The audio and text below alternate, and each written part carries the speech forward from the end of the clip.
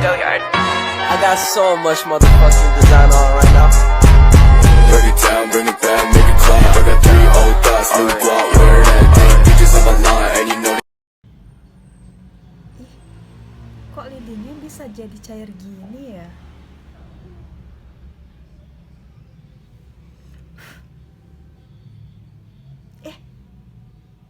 Kok habis cair dia jadi padat lagi sih?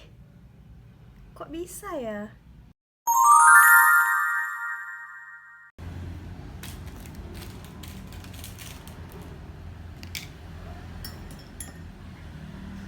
Loh, kenapa minyak?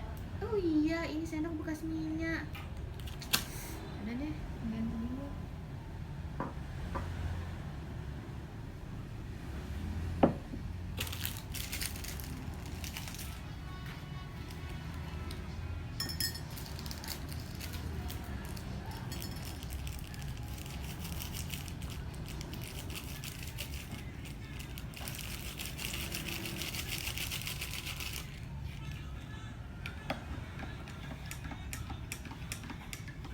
Kenapa Milonya bisa nyatu tapi tadi air sama minyak nggak bisa nyatu ya?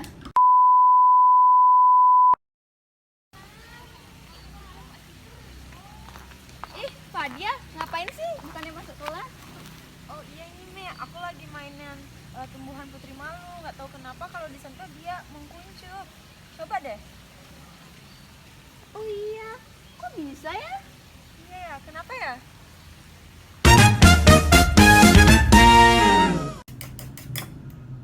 Ih, kok berbusa? Apa telurnya rusak ya?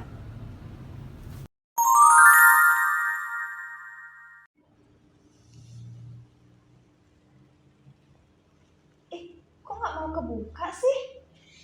Kok nggak? Ngapain sih kamu? Loh, kok kamu bisa bukanya, Pat? Kok aku nggak bisa ya? Kok bisa ya? Kenapa ya? Kira-kira apa yang menyebabkan fenomena seperti tadi? Yuk kita simak pembahasannya.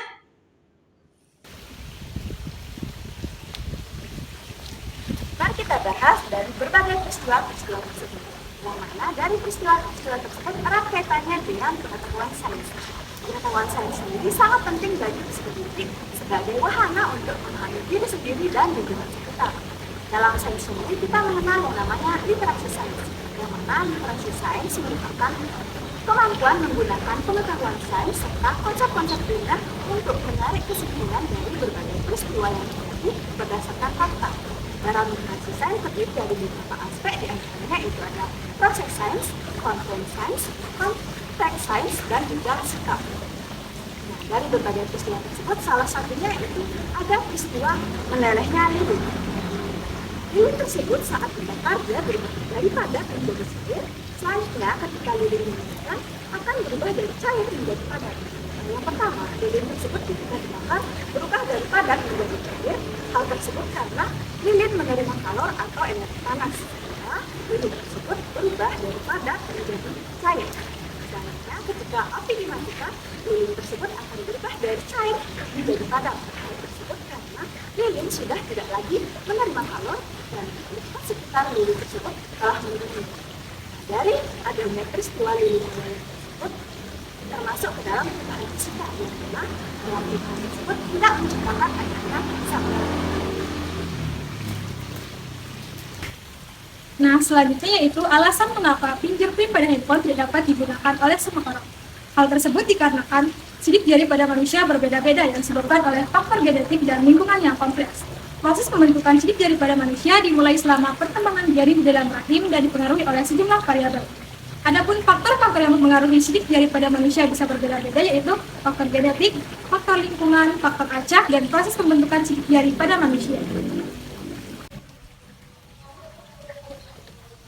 Nah, selanjutnya adalah alasan mengapa daun putih malu menutup saat disentuh, karena itu merupakan respon pertahanan dari tanaman putih malu terhadap potensi bahaya. Jadi, daun putih malu ini menutup saat disentuh karena terjadi perubahan tekanan terhadap sel-sel yang memicu daun ini menutup, dan juga sebagai respon lingkungan. Untuk Selanjutnya, alasan mengapa minyak dan air tidak dapat menyatu, sedangkan bubuk susu dan air dapat menyatu, karena minyak ini memiliki molekul yang lebih besar dibandingkan air. Selain itu, air juga memiliki muatan positif dan negatif atau bersifat polar, sehingga larutan minyak tidak dapat larut dalam air karena memiliki sifat yang berbeda. Sedangkan mengapa bubuk susu dan air dapat larut karena mereka sama-sama memiliki larutan polar. Jadi dapat disimpulkan bahwa larutan polar hanya dapat larut pada larutan polar dan larutan non-polar hanya dapat larut pada larutan non-polar.